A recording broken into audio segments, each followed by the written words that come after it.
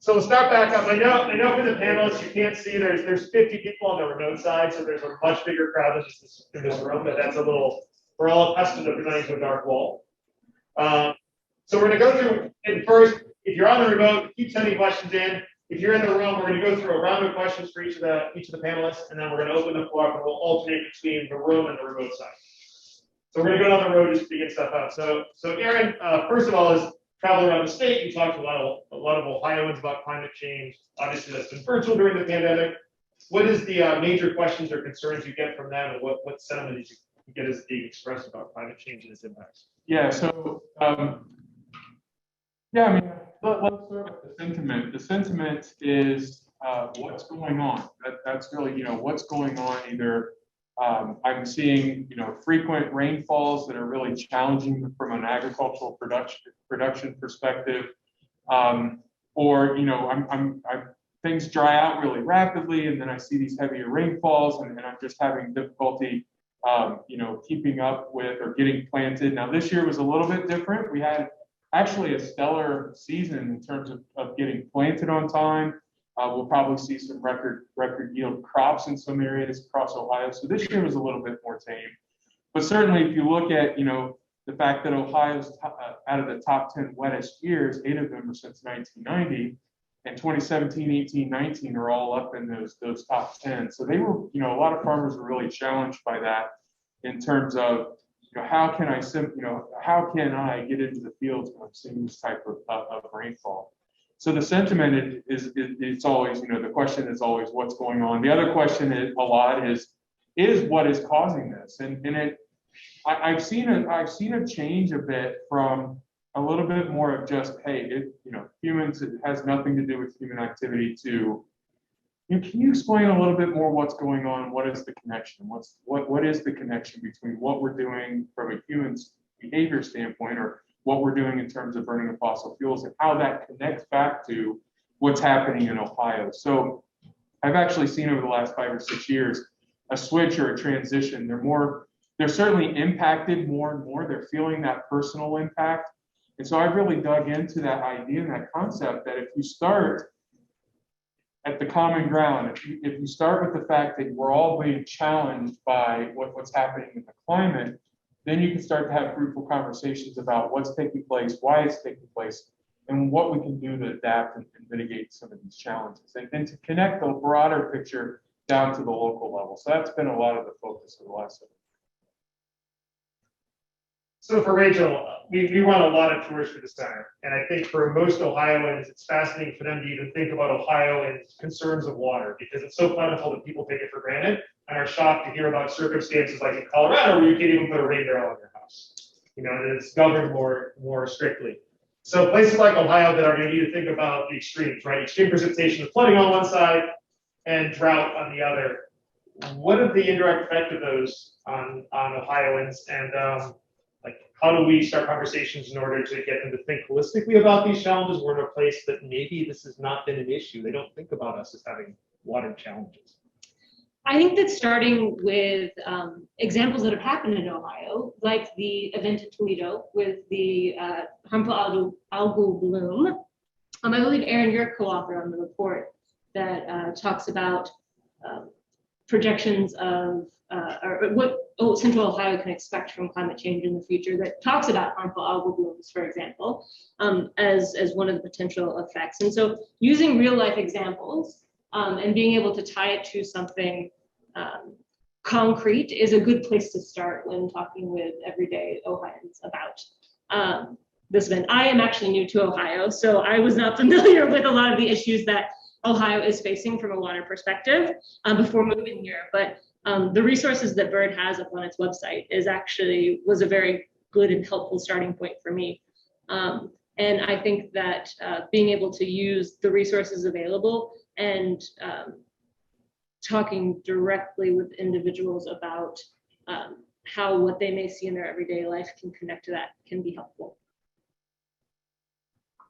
So, Mike, I know I've heard about One Health kind of thrown around a bit on campus over the last decade or so. What is, kind of a two-part question, but succinctly, what is One Health? Like, what should we get our mind around understanding that, the program, and what the implications are. Yeah, so it originated out of veterinary medicine several decades back. And so the original definition and paradigm that is still most persistent today from those agencies and organizations around the world that have embraced it, it's rather than working in a silo and evaluating the source of contamination, for example, or an issue, and answering the question, are exposures occurring? Is this having any adverse impact to humans? And so you have a group of scientists and clinicians focused on that.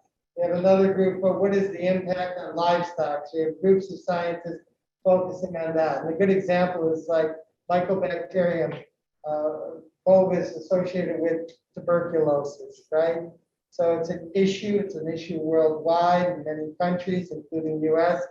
And so if you only focus on one without having that intersection between human and animal and the environment, because there's environmental reservoir, it's an integrated approach to address these issues. What is the source? Where are the reservoirs? What are the hosts? Where's the intersections between and among? So it's a much more integrated approach, a siloed approach. And so the Global One Health Initiative at Ohio State began a decade ago in a much more formal way. In fact, we're celebrating the 10th anniversary now. And we define global as the local, national, international. So taking this more integrated approach. And so the good news is an efficient approach. It's being recognized very highly by CDC, USAID, WHO, even we're funded by NIH. But it's not fully embraced yet. But it's about breaking down silos, increasing integration of multidisciplinary scientists, clinicians, social, the full spectrum. And we've had foundational colleges developed out of vet med, along with public health, nursing, and medicine. But at any given time, we have about 8 colleges from among the 15 who have been involved. And so it goes beyond chemicals and infectious agents. In fact, the most common paradigm is infectious agents, infectious disease, of zoonotic origin. But the paradigm actually much broader.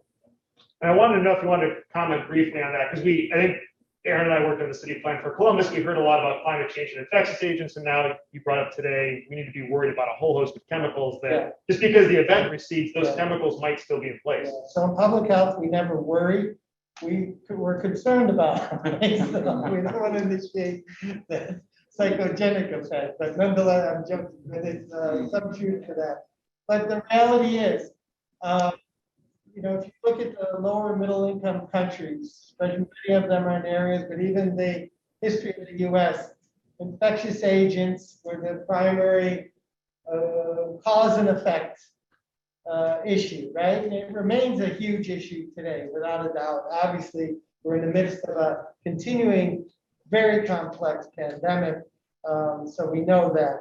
But again, if you look at the paradigm of integration and breaking down silos, oftentimes you simultaneously have to have the concern for sources of toxic chemicals. And so we've lived it here, we're still living it here, but you're seeing it more in the lower middle income countries where transportation is growing, industry, manufacturing, energy sources are growing. And so use of chemicals, agriculture is growing, use of herbicides, insecticides, and so forth, expanding. And so it's incorporating and understanding that simultaneously, we really have to pay attention to the broader paradigm of microbial agents, chemical agents, but also physical agents, thermal factors, such as what we've been talking about today. Thank you. Smitha, we've hearing more and more the last few years about climate justice. Well, what would you define climate justice as? So, in layperson terms, I think the idea is that we're all seeing effects of climate change, the impacts, but the impacts are not equal. They are differential and differentiated. And the injustice is that the countries, the communities that benefited from the activities that led us here are not the ones facing the worst of the impacts, right? And then there's a triple whammy with these communities, with these countries that did not have a historical role to play in the conditions where we are at, are bearing the brunt of it. And they also face that additional burden of having to change their systems to be more greener, to be more climate smart. They don't have the capacity or the funds or the resources to do that. So that injustice as well. So there's a triple whammy effect going on. So I think that's where the reparations conversation comes in, the climate reparations, that the richer countries should be, focusing on technology transfer and resource transfer to these other countries so that people are not left behind. Communities are not left behind, countries are not left behind. So that's the idea behind climate justice. And then, most of our audience probably, I think it's fair to say, is in Ohio or is in the Midwest. I think a lot of people can see that as well. That's somewhere else in the world, but what's it look like in our local neighborhood or even in the US? It's not, I don't know much about Ohio, I'm new in Ohio, but I'm pretty sure that, you take examples from the whole environmental justice movement, how they talk about historical legacies of policies that have left certain communities behind. If you look at one certain policy called redlining, I'm sure there's examples of that happening in Ohio, where in the 1930s, maps were redrawn by the whole housing agencies, the housing corporation, commission, something. Basically, they earmarked or outlined areas with red for communities where African Americans and communities of color lived. And those were the areas where people were not, like the loan making agencies would not give loans, housing loans to those areas. So that's where the redlining term comes from, because they were color coded maps. And if you see the historical legacy today, the same redlined areas that were historically redlined are the ones that face more flooding, are the ones that have no access to green spaces, are the ones who are more exposed to pollutants, air pollution, other pollutants. So you will see that these kind of maps overlay on each other. So that's another injustice. They are not the ones who got the benefit from a lot of those development activities, but they definitely bear the burden and the brunt of it. So that disbalance in the benefits and the burdens of activities, it's the same sort of theme that you see over here. So with that, we're going to transition to some audience questions where we'll alternate back and forth. So I have a number of questions that are already posted online, but I'd like to start with the room if anybody has one.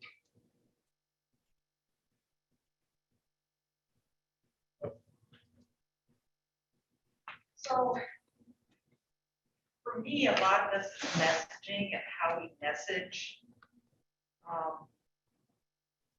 what needs to be heard. And the story about the boulder falling and that prediction really hit me hard, because here's someone that said, look, this is going to happen. You're going to have this terrible issue, and no one listened to him. And he was ostracized, etc. And people weren't looking at the facts and the science. And when we're talking about some the budget that's going on in the United States between, you got one faction that hates the word climate change, you got one faction that loves the word climate change, and the folks that don't like climate change, if you call, I want money for climate change in the budget, everyone says no. But if you call it, what we're going to, money to take care of severe weather issues, then everybody's like, oh yeah, I'm on board with that. So to avoid, to get to the facts and to get to the science of things, I kind of feel like we need to think about how we message things differently. Because you got one side that's absolutely no, no, no, no. The other side, yes, yes, yes, yes. But we all agree on certain things. Many of us agree on certain things in the middle. So my question gets around that. How do we tailor that message? How do we tailor it differently than what we're doing now? You know, if you keep doing the same thing, what's the saying, and expect different outcomes, you know, that's what makes people kind of crazy. And we've now had how many decades of this, or at least a full decade of this, and we're still in that same position.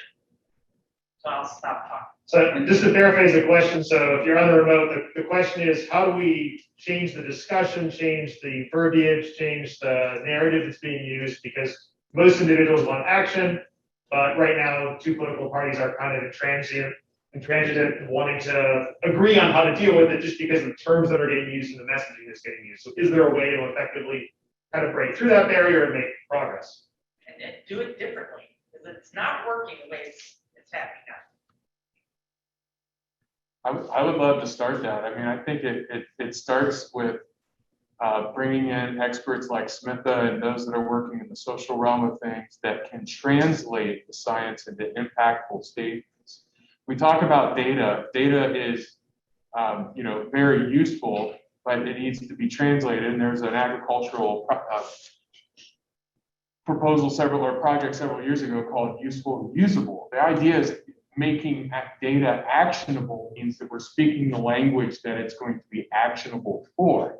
So I think you need those important translators that can take this science and make those personal connections at whatever community level that we're working with, whether that's with the farmer, whether that's with somebody that's in, suburban site or urban site, whether it's at the legislative level. I talk to different groups. I get to talk to a really wide range of groups. I talk differently. I explain things differently depending on that. Anybody read the book The Giver or watch the movie The Giver? I like precision of language, but I know that I can't start out a talk. I'm not afraid to talk about it, or I don't back down for the opportunity. But I just can't just come into a talk at a field night, for instance, and just start saying global warming, climate change, because whether or not I like it and whether or not that sentiment is factual, it turns people off. And if my goal is to get people to act, then I need to speak their language. And so it's a lot more listening about personal values and making connections that I think would overcome some of those barriers. I would totally plus one everything you just said.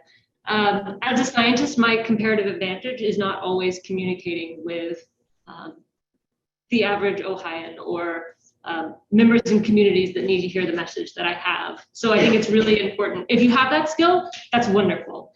However, we can't expect every scientist to have that skill. Scientists, therefore, need to have good connections with people who are community organizers that they can speak with, people who are interested in science communication or science communication professionals, and people in the social sciences as well, to help make sure that the right people to get that message out, who have the correct skills to get that message out, are doing so. Yeah, and I completely agree. And I think the translation piece is the one that is missing a lot of times. How climate change comes to matter in individual people's lives is where we should lead the conversation from, because like terminologies can be politicized, and everybody should be able to agree on health, but apparently not as well in this country as we see. So I think public health communication, climate communication, it just needs to be tailored individually. It's not working the way it is. I completely agree. I think we completely botched on the COVID communication, for instance, around the country, around the world.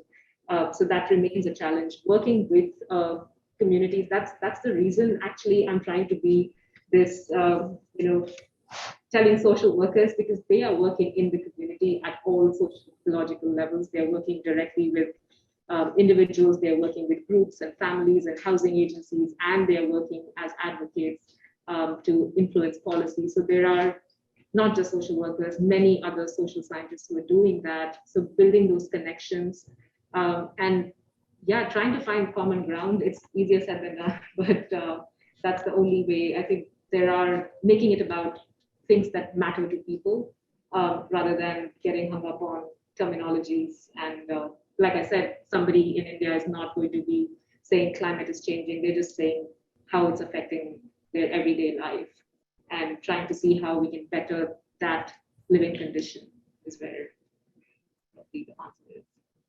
Yeah, and so climate change is the label, that's the cause, that's what's happening. The risk communication is what you just defined. And that's the whole profession of risk communication, how you translate the science, how science informs policy, how do you communicate that out. But we have a major problem. And one of the problems, and I'm not anti-media, but let's face reality. And I do this as a game. Driving home almost every night, I have Sirius radio. So I'll drive half my drive listening to CNN, the other I listen to Fox. It's very interesting how same issue is being interpreted differently. So there's talk about a pandemic. There's a pandemic of confusion, in my opinion, and that's not helping the situation. And I think don't take this wrong. The climate research is, I get it. But maybe by framing it as climate change, there's also this thing of gloom and doom fatigue in the public. Oh, here's yet another issue. But one of the points that I was attempting to do very quickly in my presentation, that climate change is another factor that's contributing to issues that we already have. We already have issues of contaminants, whether they're infectious agents, infectious disease, toxic chemicals, non-infectious disease, heat stress, and so forth. It's being exacerbated by the impacts from climate change. And the reality is, I was reading about electric cars in 5th grade in popular science, right? Well, how long is it taking to move in that direction? So we're not going to solve climate change in a month, a week, 10 years. It's going to be progressive. But what can be done, and Aaron used the word adapt, is the adaptation part. What controls can be implemented? And so maybe bundling the asks rather than this broad climate change money. We need so many trillion.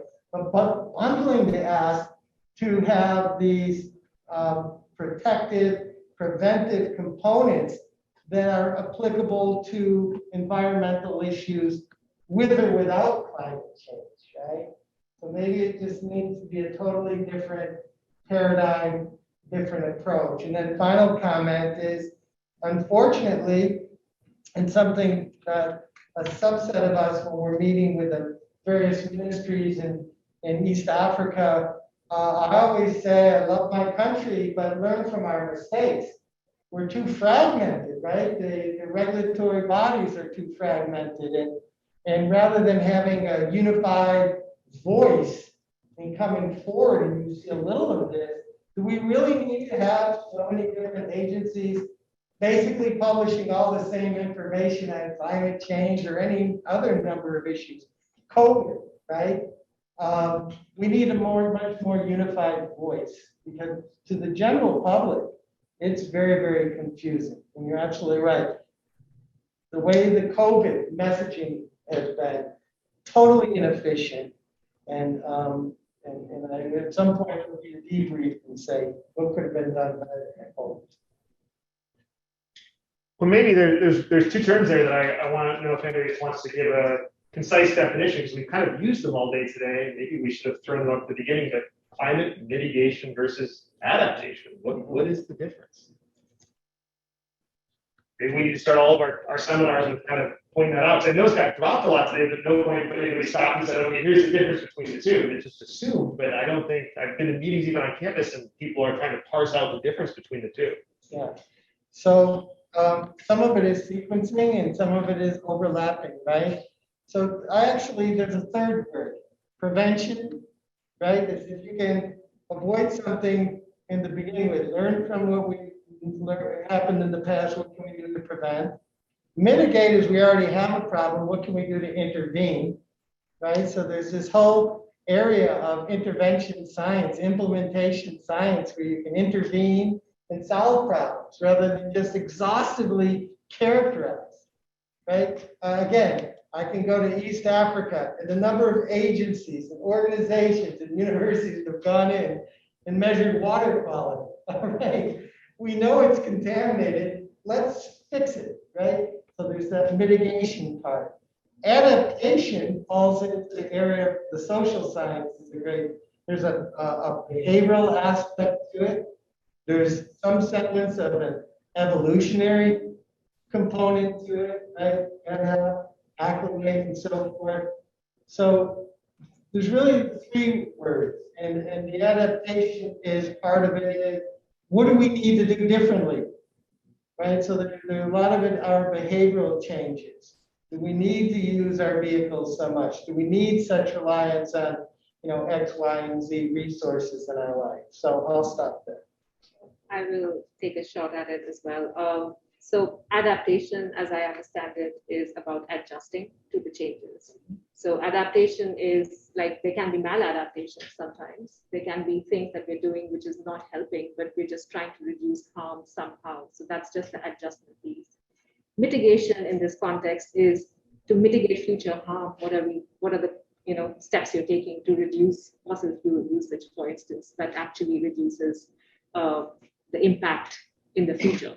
So that's how I see the difference between adaptation and mitigation. And the third word I want to put in is resilience, which a lot of folks talk about in terms of climate change, adaptation, mitigation, and resilience, to build sort of this coping capacity, which includes, just strengthening multiple levels of society, systemic levels. Anyone else? Well, I know a lot when we talk, and I bring it up, the third word that I would add, which would be 4 or 5 at this point, is suffer, right? It's suffer in terms of choice. We can adapt, we can mitigate, or we suffer. And unfortunately, that's not a choice for a lot of folks, right? They suffer because of actions that we're taking, or inability to adapt, and very much so, inability to mitigate the future harms. And so I think that's, it's another term that gets thrown in there, but it's certainly part of the choice selections.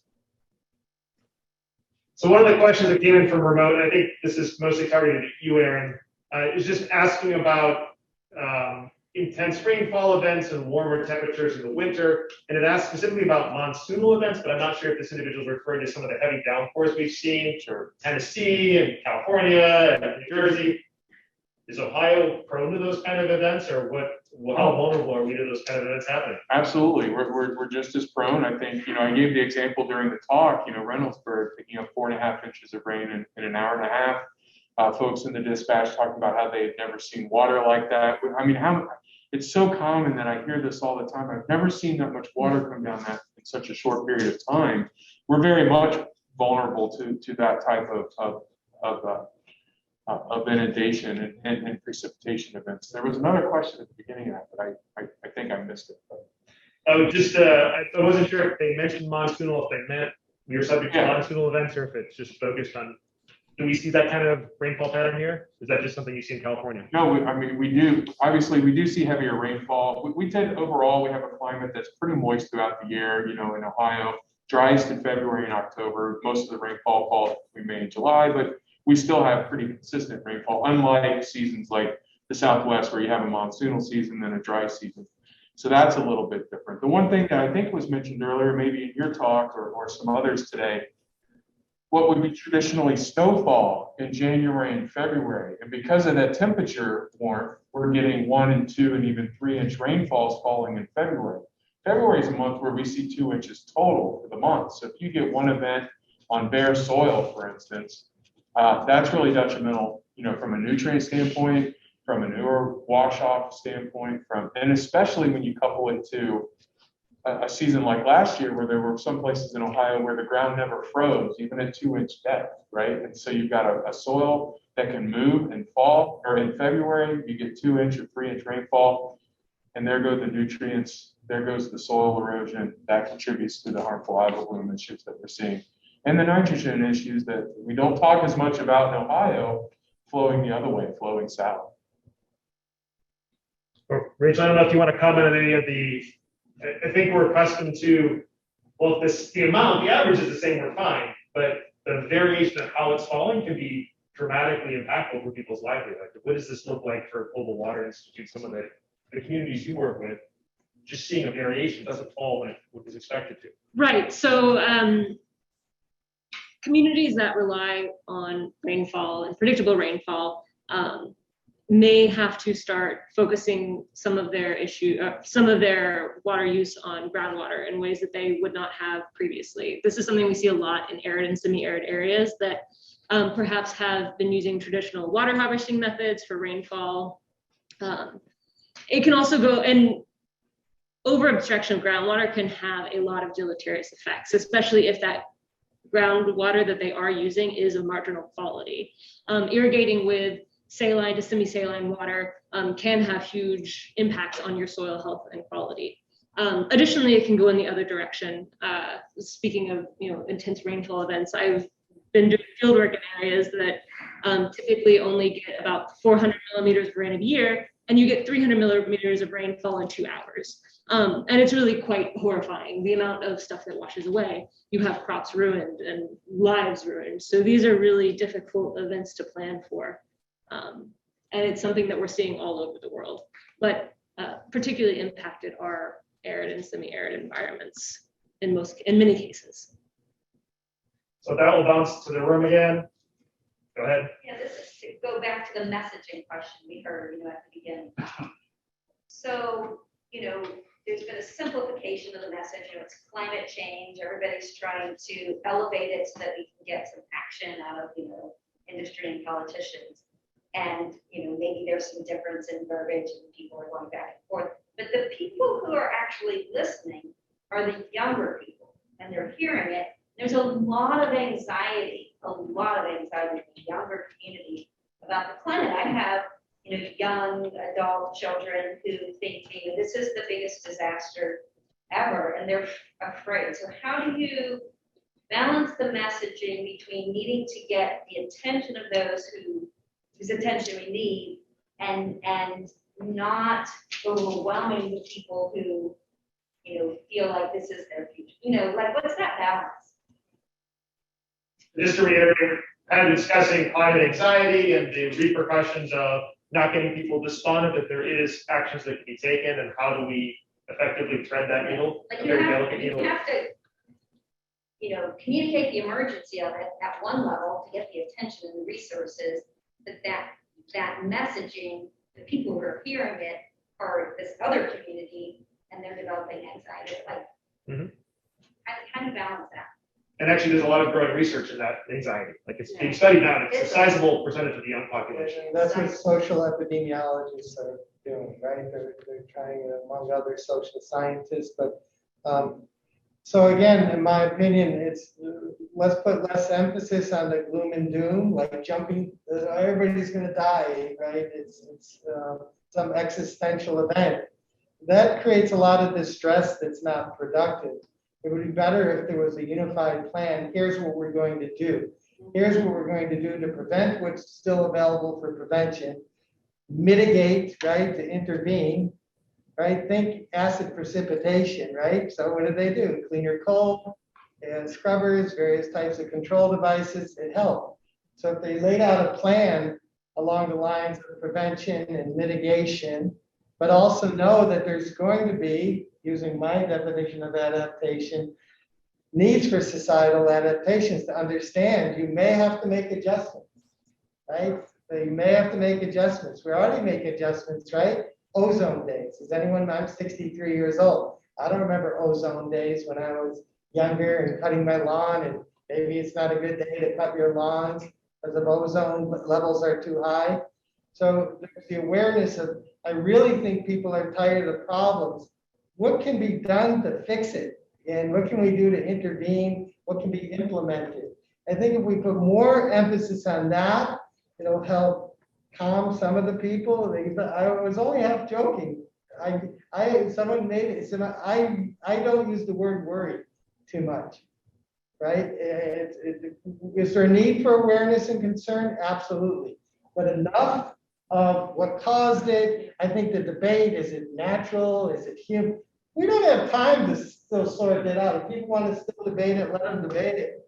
The energies, the resources, people, places, things, which includes money, really needs to be a much more coordinated, unified approach And here's the steps to intervene to solve some of the problems, why we gradually make the changes that will impact climate reduced over time. So you refer to the they in the messaging. Who are the they? Whose reasons? So I think we're right here, this university, we're the they. Every university is the they. Every regulatory agency is part of the they. Right? It's just about more interaction, more collaboration, cooperation, and we talk a lot about it. There needs to be more of it. And if it was coming from the funding agencies a little more deliberately, no, this isn't going to work. We want to see this sector, this sector, this sector of scientists, engineers, whatever, involved to get the funding, rather than may the best proposal win. The they is the trusted voices, the religious leaders, the extension, the educators. When they're motivating, you can sort of, I'm not a psychologist, but you can think of anxiety as the potential energy, but you set that in motion. You get younger groups that are motivated to protest or motivated to write letters to senators to take action. That is really the key, but that's likely to come through their most trusted advisors, those that they, feel are steering them in the right direction. So how do we do that? It's not every young person is going to be a Greta out there, giving a blah, blah, blah speech all the time. It's going to take a lot more trusted voices that we have a lot of actually connection to and networking with and working with those extension and other advisors that can then take the message forward. So those are the messengers, but it seems like there should be a concerted effort. It could be this group to devise a simple message like what you're saying about, something more positive and the mitigation, adaptation, just developing communications material or some simple messaging that gets the word out that we want to get out, and those messengers that you're talking about, and then getting it to them. It seems like there has to be a really concerted effort. You can't wait for it just to happen. Has there not been a concerted effort? Like I look at a lot of, there has been a lot, and even sometimes that's not. I mean, I feel like we have a lot of groups out there that are certainly taking the science that we communicate, advocating it toward action. But that's a great question. Is where's the tipping point where you get a large number of But there's a lot of messages. I'm just saying, what about materials that people can turn to? Like, you know what I'm saying? I also think that maybe part of what you're saying, part of what your focus is on, yes, climate change is a global, you're saying there's lots of messages going around. Yeah. Climate change is a global phenomenon. However, a lot of the effects are hyper-local. And so a lot of the authorities and the materials that you need to be looking for, they need to be tailored to specific areas. So I'm coming from North Carolina. I have a lot of experience in very arid environments in Southeast Asia. The messages that I have from climate change and the knowledge that I have related to there may not be relevant to the Ohio situation. So there needs to be a more local effort to get that kind of materials out, which I think you have done a really great job of, it sounds like, here. And that is part of the challenge, is that you're going to need an errand for Seattle and an errand for Calcutta and an errand for Moscow, which is tough. My family wants one too. But there's also, and this is the other paradigm and extension of that, what is local today may be global. I mean, again, the SARS coronavirus, not our problem, nothing we worry about. I mean, things, and that's part of the paradigm of climate change, is that some of these changes that are regional geographically may disperse and spread. And so something that's, I mean, cholera is not a huge issue here, but there could be a resurgence, right, of cholera theoretically. So again, humans are not the most efficient organisms. We're just not. And the reality of it is it's all relative. But I'll use a lousy example, but remember the hyper-awareness with 9/11 and then subsequent to that, the anthrax?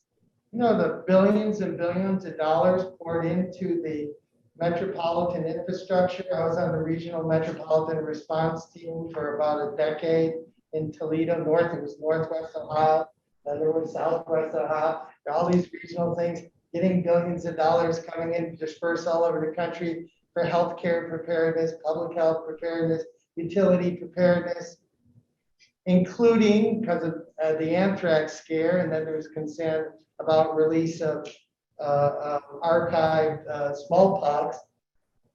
So there was all this literature going out, but it wasn't uniform. It was coming out from the people who were fortunate enough to get the funds. So now you get all this multitude of communications coming out, and then the money stopped. And guess what? There was a whole other generation in those the various sectors who did get the education and training and the awareness, the prevention and mitigation, and then the big wake-up call, SARS-CoV-2. And, you know, I agreed with very few things that Trump had to say, but when he said the cupboard was bare, it was strategic stockpiles, which should have had up-to-date pharmaceuticals, personal protective equipment. So again, it has to be integration at a much more higher deliberate level is idealistic. That sounds, but we're fragmented. We remain fragmented. And it starts really with the regulatory agencies.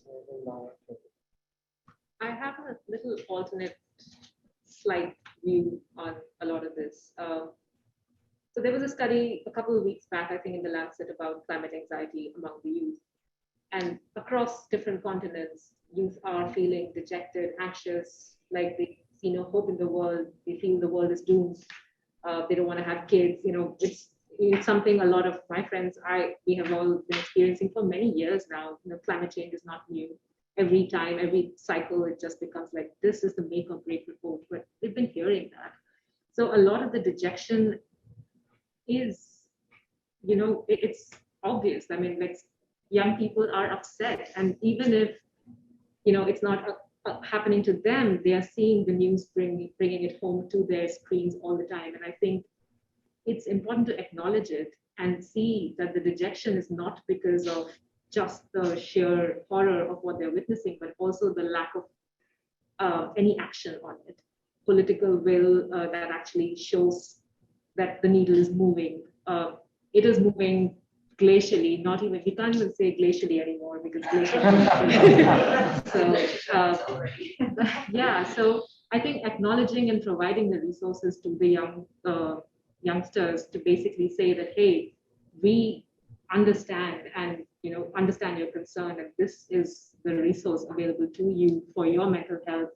Check in with, you know, have your groups and check in with your support systems, and then say how we can come together and actually move that needle, because just covering it up and saying, actually, it's not that bad, is not going to help at this stage. So a little bit of, I think that's why all the scientists are actually coming together now and being a little more activisty, which it's a high time coming because it deserves that kind of attention and that kind of, you know, the hiding it, saying it's going to be okay, it's not going to help because world leaders, governments are just going to run with that idea and just not do anything about it.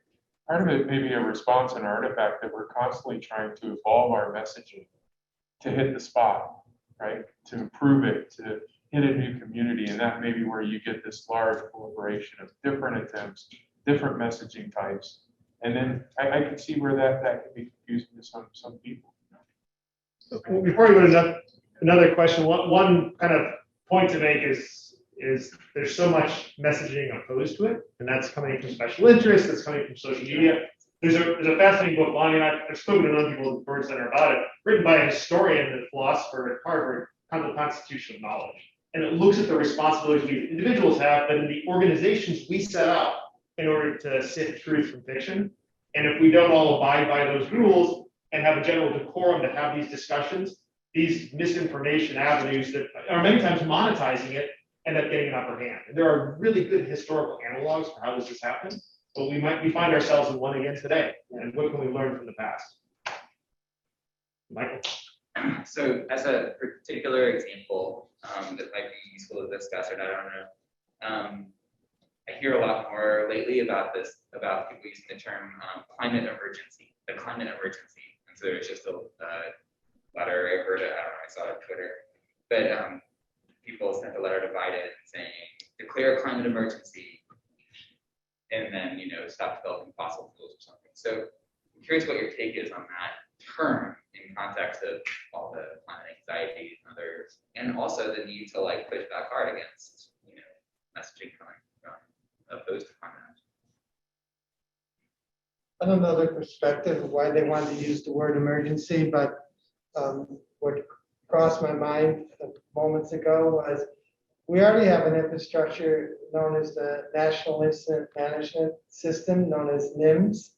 And NIMS is supposed to be a structure, set up of resources, but also guidance, proactive guidance in the event of true emergencies and disasters. So whether it's weather related or whether it's industrial related, and within that is the concept of incident command system, emergency management, disaster management. And you have choices depending on the magnitude. You can do a single command approach where one agency, one organization is doing it over here, another one is doing it over here, it's fragmented, right? And what's been shown to be the better approach is unified command system approach, where you're leveraging people, places, and things. You're doing decision making, and you have unified voice. So going back to the risk communication aspects, rather than having multiple voices. Again, I keep bringing up our present pandemic, but did any of you get fatigued watching the news and every night there's a different talking head and then some of the same ones and just redundancy over and over and over and over without an action plan? And the concept of NIMS is to establish a structure. You recognize the problem, you respond to it with a very well-defined, integrated, coordinated, including the command system involved, to respond and bring a point to where it's under control. And you get ready for the next one. So maybe there's some value in designating this and declaring it a true emergency. It might get some attention, but we also know the COVID pandemic was an emergency, and I didn't see enough of the unified command that you would have hoped. FDA over here, CDC over here, you can go to see US EPA wrote their aspects, everybody, it's still fragmented. It's very, very unfortunate when we have so much brain power worldwide. And you rely on the national academies to do that, but coming out with some document isn't going to fix it. Related to that, is there any other panelists want to comment on analogs or things to learn from COVID that maybe we can apply to climate change? I don't know, maybe words of caution as much as it is lessons learned. Well, we certainly heard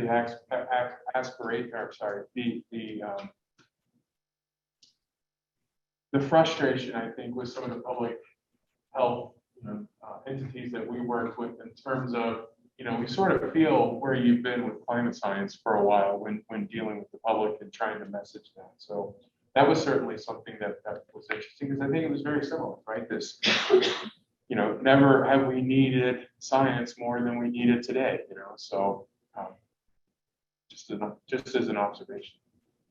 And you have to filter out the junk science. That's part of the problem. Someone's opinion is in science. There's time if an opinion is based on science. But then again, that's part of the confusion that's been out there. Is all of a sudden the person on the news, just because they're $10 million a year anchor, doesn't make them an expert. I don't want to know their opinion. I have a question for Smitha, actually, sort of related to the original question about language use. And do you know if there is research on climate language affecting people's opinion if you use the term fossil gas as opposed to natural gas, or if you use the term, what was the example you used? Climate emergency. Does this actually change people's feelings and opinions, or is it more of a preaching to the choir situation? So I don't know about any studies. I'm sure there are, because there should be some discourse analysis kind of piece looking at how it affects outcomes. But I know that a lot of the newspapers, there's The Guardian, a few newspapers in India, they deliberately chose to say climate crisis or climate emergency because they felt climate change seemed too passive and people were not paying attention. So that was the reason to bring that sort of urgency to the conversation that they started using this term. Because I think last year there was a preparedness poll. This was a household level preparedness poll. We were in the middle of a pandemic. There were disasters after disasters that we could see in the US. The wildfires, as usual, have been happening and around the world. And people were asked, how do you think that you or your loved one is going to be affected by a disaster? It was only about disaster. It was not about climate change. And 60% of people in the US said yes, that in the next years, I fear that somebody I know or I am going to be affected. And then they asked about, do you have a plan for that? And about less than 40% had even thought about having a plan for that. So I think the fact that maybe just reading about it as an emergency may, motivate someone to develop have that conversation in the family, talk about having that go bag and talk about, what are the vulnerabilities I should be aware of. But having said that, I know that we get inured to bad news really fast. Like we are seeing the COVID numbers are pretty high right now, but we're all kind of behaving like things are back. So there's that as well. So it is a tough dance really to make sure that you convey the urgency and but also keep the momentum up, because it keeps flagging between the different reports, I feel, and time's running out. So we're going to transition to one of the online questions, and we're going to make kind of a segue as we do that. But one people on the remote stream just reiterated the 6 Americas that just came out, their annual report recently about messaging and Americans' perceptions of climate change, and that health professionals are one of the most trusted people to hear from, especially when they talk about your individual effect of climate change. And yet this is a relatively unexplored area, and there isn't really a lot of training. Also a shameless plug, if you want to come back in 2 weeks on a Friday, we are doing a whole conference on that very topic with the Wexner Medical Center, specifically focused on climate change and health. But there's a whole area of research and a whole area of applied work that can be done in that space. One of the remote questions that came in was the cost now versus cost later, right? We're going to pay for this at some point. Is there a fruitful conversation to be had with people trying to get them to think about long-term costs and compare that to the near-term costs to deal with, to get them to realize you will pay at some point? I know, Rachel, if I need your water work, if that's come up in some of the previous. This is such a hard conversation to have with people. It really is. And it's hard on a couple of different levels. One of the things that I didn't really talk about in my talk, but which I perhaps should have a little bit, is the fact that your level of where you are in the world, and you as an individual, or you as a country or a community, your level of financial ability is going to affect how you can and how you will respond. So, for example, you said the additional word that you would add earlier to our conversation was despair, or no, suffer. There are a lot of communities that don't really have a lot of options other than to suffer. I'll give an example. In Los Angeles, they are fighting their seawater intrusion problem by importing a ton of surface water from other parts of California and directly injecting it into the aquifer in a managed aquifer recharge scheme. This is incredibly expensive. This is like mind-blowingly expensive scheme. In parts of the Middle East, you have some countries that are wealthier, who are able to do high amounts of seawater desalination, and they can spend lots of money on that.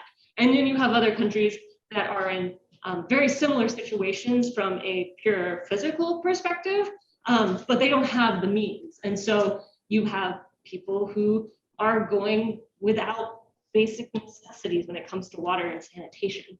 And then you have places like Vietnam and Bangladesh are the, I think, number 5 and 6 top producers of rice in the world. They're suffering from seawater intrusion problems that are way worse than anything Los Angeles County is dealing with. But the amount of resources they have towards fighting it is a fraction of what we have in Los Angeles County. So that's something that I would really like to foot stomp in before saying, how do we actually have these conversations about having to pay the piper at some point? It's how much money do you have to pay the piper with? And also it's something that I had actually wanted to ask Smitha about when I was thinking about the last topic that I mentioned in my talk, which was the needing to have conversations about costs and benefits of resource extraction in order to meet our climate goals. Because this is another good situation where we will have to pay the piper at some point if we are to reach our climate goals when it comes to clean energy. There's no way to do it without resource extraction. And we need to find good ways to have productive conversations, but as a scientist, I'm not prepared to have those. And so we really need to be talking with people who are better equipped for this and in fields that are more equipped to deal with sitting down with stakeholders, understanding vulnerabilities, and being able to work with engineering, science, and social scientists together to help devise a plan. But I personally don't really know where to start with that. And I think you may have more expertise in how to start these conversations. Bring them to a table together and definitely have the community there, because I feel like that's the piece that always gets missing, that we want to extract the resources, but is it going to affect the community? How is it going to affect the community? We can't keep repeating like the same kind of cyclical things that have landed us here in the first place, the way we spoke about. So I think, yeah, just centering the community voices. There are protests right now in India, in the US, in Canada about different aspects of resource extraction, where communities are saying, you're extracting this resource, we don't want you to extract it because we've never seen the benefit of it, but we are seeing the worst effects that happen because of this extraction. So that conversation cannot be lost. I mean, that's just my addition, but definitely bringing everyone on the same table, saying how can we work and devise a solution that works for most, if not all.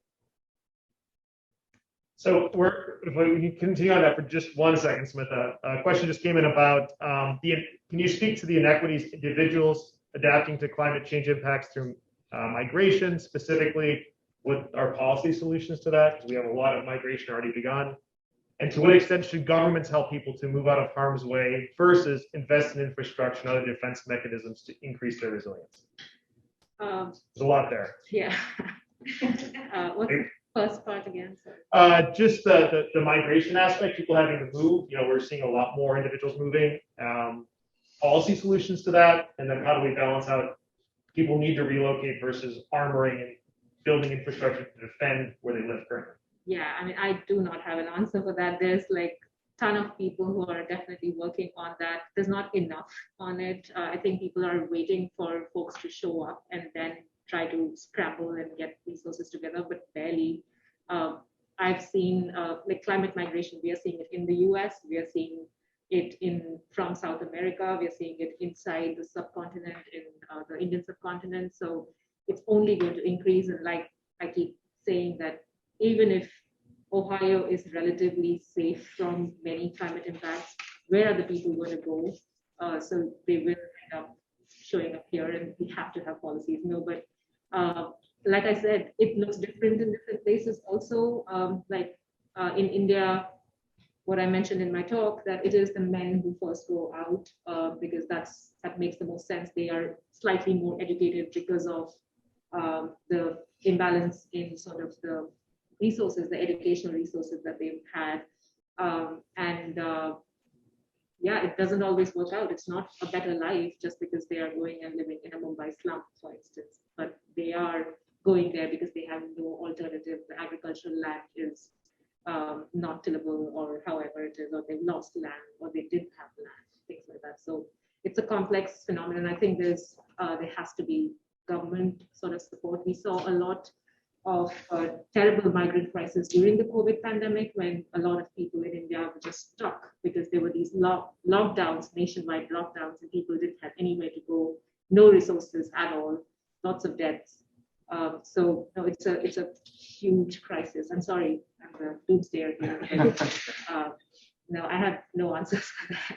It's interesting with the central Ohio, even if we maybe don't have data on people moving here due to climate change, we do know that we're getting more data centers moving here, massive data centers. So there's a lot of large companies that are relocated in here. And if you look at all the press releases, they specifically cite, if you build a building correctly, the only real hazard is tornadoes, as long as they don't put it in a floodplain. And they're very deliberate in articulating why they're located there. Can I follow up? Yeah. I mean, not from an expertise, but some of the things in the conversations that I have with others. It also, I mean, you talked about the cascading impacts. This is what we're talking about, threat multiplier, climate change being the threat multiplier. It's not just internal migration, like folks moving from the coast to the Midwest, but international, right? The international migration effects on labor force, the effects on the economy, the geopolitics that are involved, this increase in nationalism, as we showed the SSPs earlier, and trying to balance all that. It just to speak more to the complexity of that issue. Just to bring the questions a little bit closer to home, if each of you were given a magic wand and you could change anything you wanted to about Ohio State, the way we're organized and the way we try to have an impact on this topic, you can do anything you want. What would you change? Or are we perfectly organized? We have unified plans.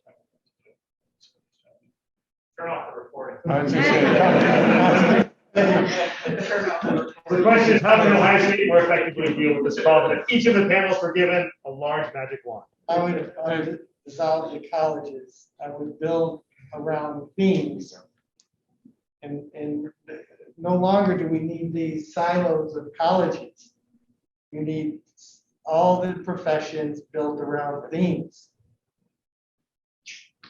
I love it. I don't do well with magic. My son's a magician. I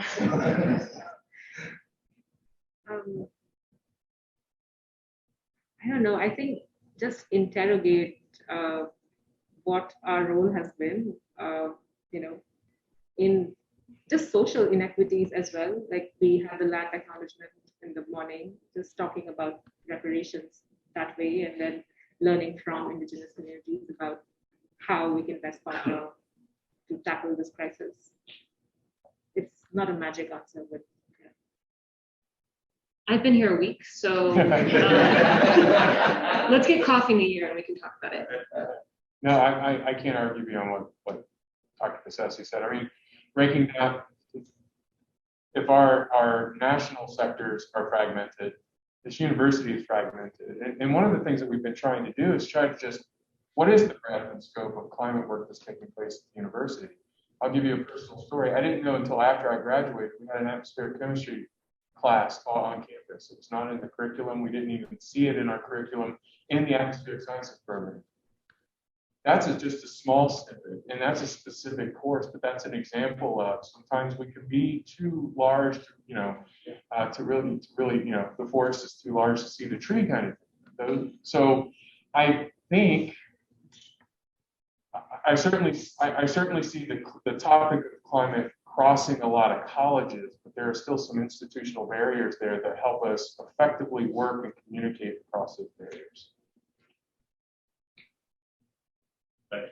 Yeah.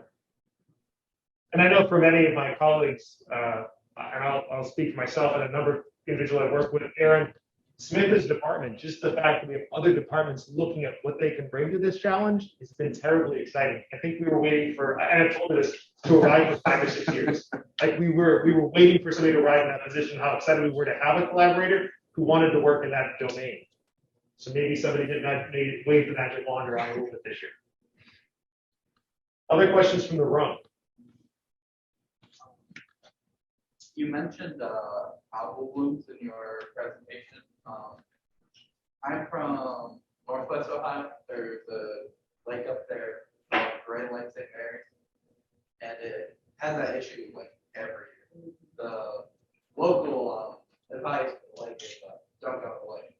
So what do you propose that, like local communities like do about these issues? So a lot of municipalities are trying to pass ordinances and enforce ordinances to prevent runoff of nutrients. So in order to get a harmful algal bloom, your like base dough is going to be sunlight, heat, nutrients. Usually phosphorus is the limiting nutrient. A lot of these cyanobacteria can fix nitrogen directly, so that's usually sometimes a factor, but phosphorus is a lot of times the big thing. Presence of the cyanobacteria that form the harmful algal bloom. Usually it's a cyanobacteria. I don't know if Ohio has other types of have forming organisms. So that's your base dough. So if you can limit nutrients getting to the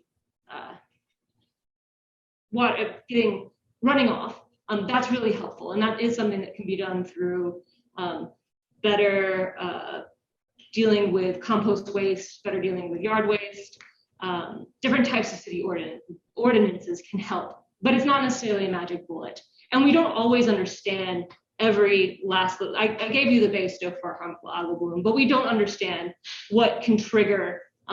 Sometimes harmful algal blooms don't produce as much of the toxins that we're worried about.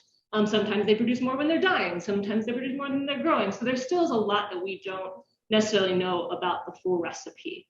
But yeah, there are basic ordinance type things to try and prevent runoff. One of my favorite ones, actually, I read recently that a goose produces as much phosphorus, a single goose, as 3 septic tanks adjacent to a pond.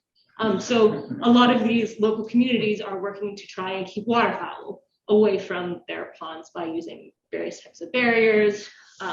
So there's a lot of things that local governments can do trying to enforce ordinances, but there is still a lot we don't necessarily know about why some conditions are causing a HAB and some are not. And you may know more. Yeah, I can expand a little bit on that. So one of the problems that, and the student that was working on the agricultural drainage earlier mentioned, farmers have been doing a lot to limit phosphorus, and we're still seeing the issues. And there's a couple reasons for that. One, they found that there is just so much what we call legacy phosphorus that's still across the state. And again, you get a 3-inch rainfall on a bare surface, you're going to flush those nutrients out. So that's another issue. The idea too being, kind of lost my train of thought there, but thinking about those, just not just from the municipality side, but the rural side, the ag side as well. You need those sorts of things. We talked about maladaptation, right? One of the ways to combat these heavy rainfall events is we're going to tile the field a lot to get the water off the field, or at least be able to control it. But over the long term, if we're also not adapting to getting buffer strips and getting that water to rest before it makes it into our major waterways, so sediments and things can fall out, that has a maladaptation. It has a maleffect in terms of what happens to water quality down the way. So we really need to be mindful that, short-term adaptation can lead to long-term problems, and we need to think about that conservation all the way through.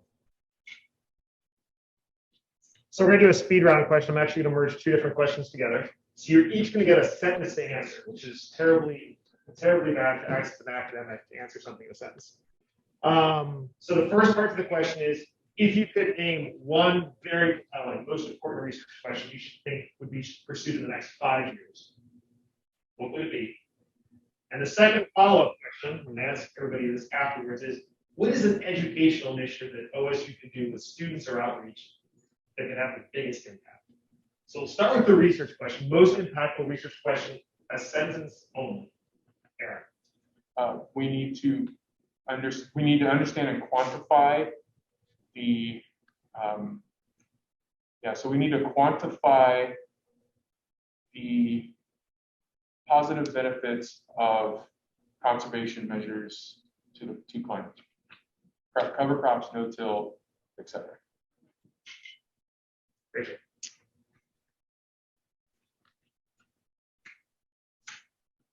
We need better data transparency. Interesting. Smitha. A characterization of how people are experiencing climate change in Ohio. Michael. What is the return on mission, return on investment from an integrated framework? We'll go in reverse order on this one.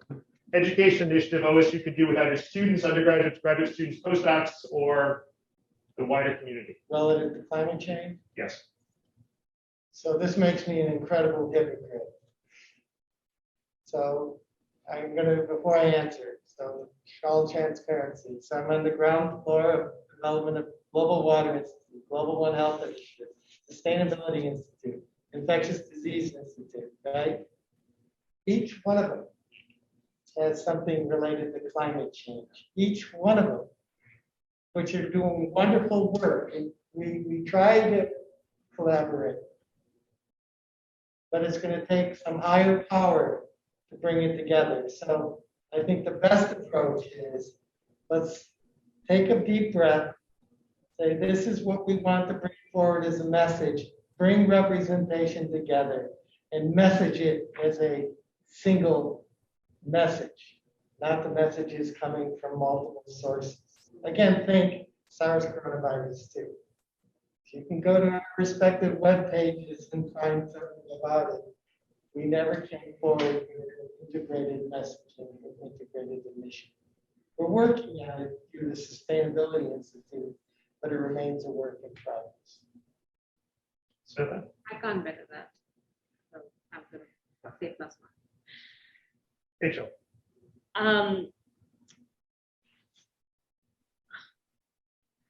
thought I was going to have more time. No. I would encourage students to fight their own climate despair and try to empower them to pursue climate-related projects that were empowering to them.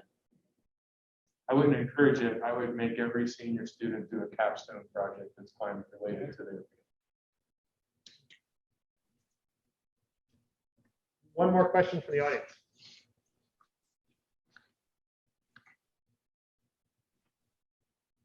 Brian.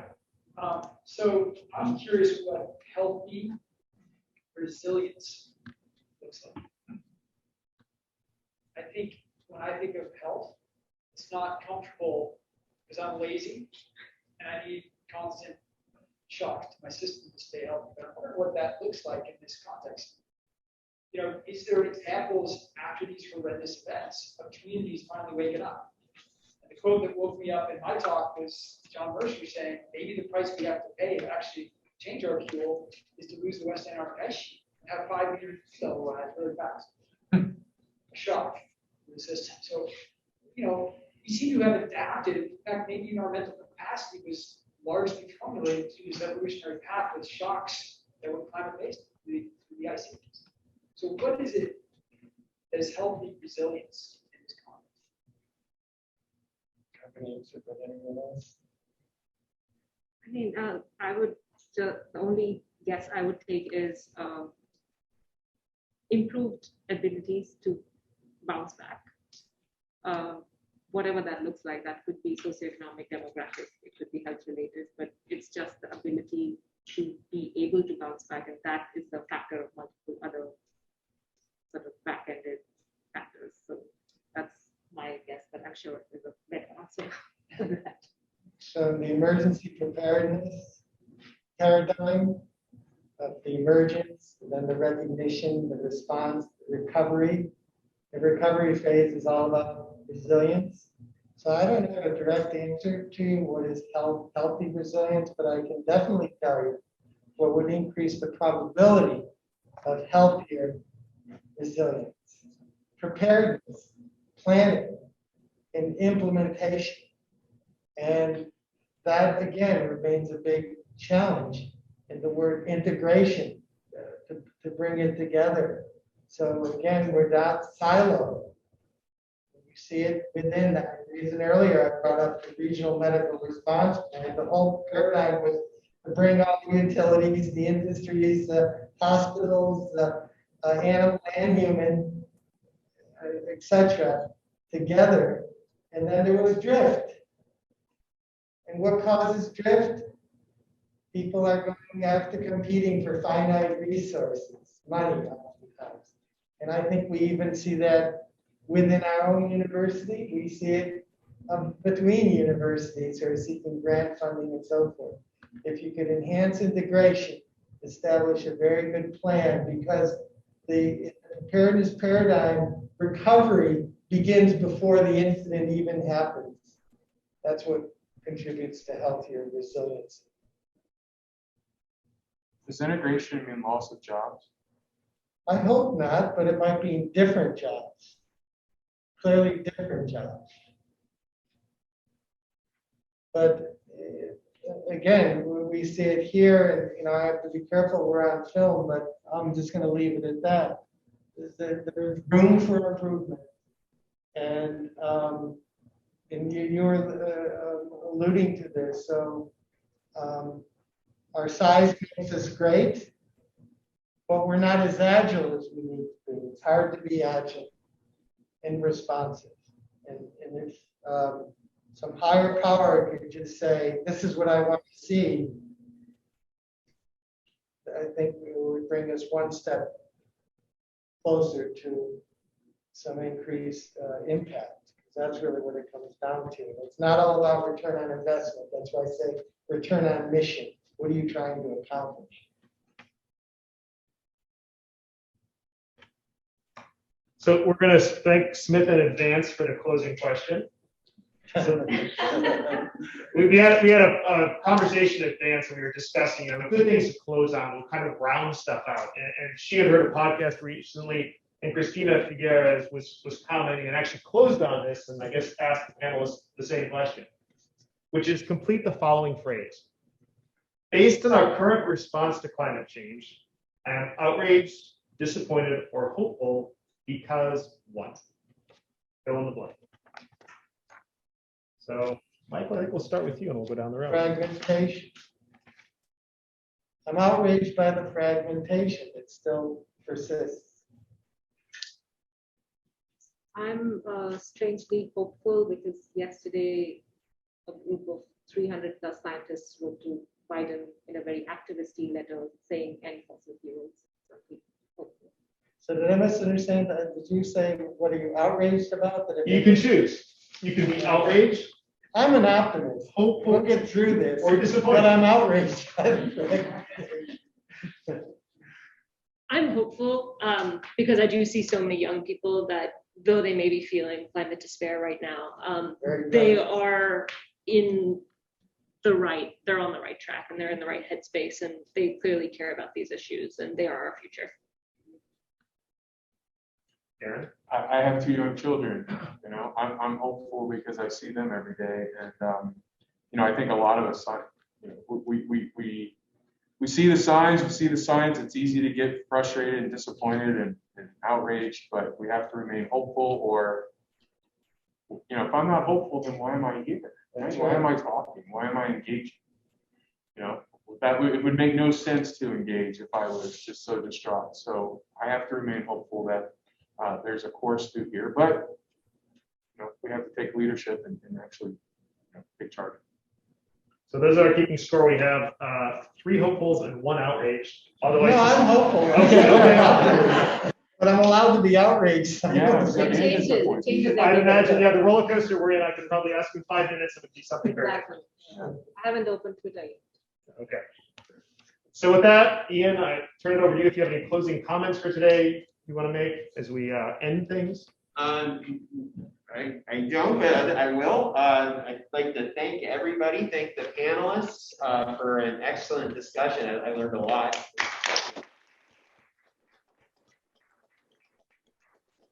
I'd like to thank Jason and Michelle, she's not in here, and the rest of the Byrd staff, Tom, for all their hard work. Michael Cicerella, who's floating in the ether, and everyone else.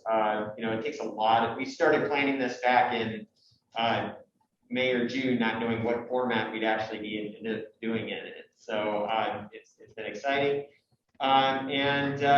I look forward to doing this again next year, and we'll be taking input on what that might look like. But again, thanks everybody for tuning in, and hopefully this will launch ourselves to a less fragmented approach to climate change in this universe. Thank you. Thank you.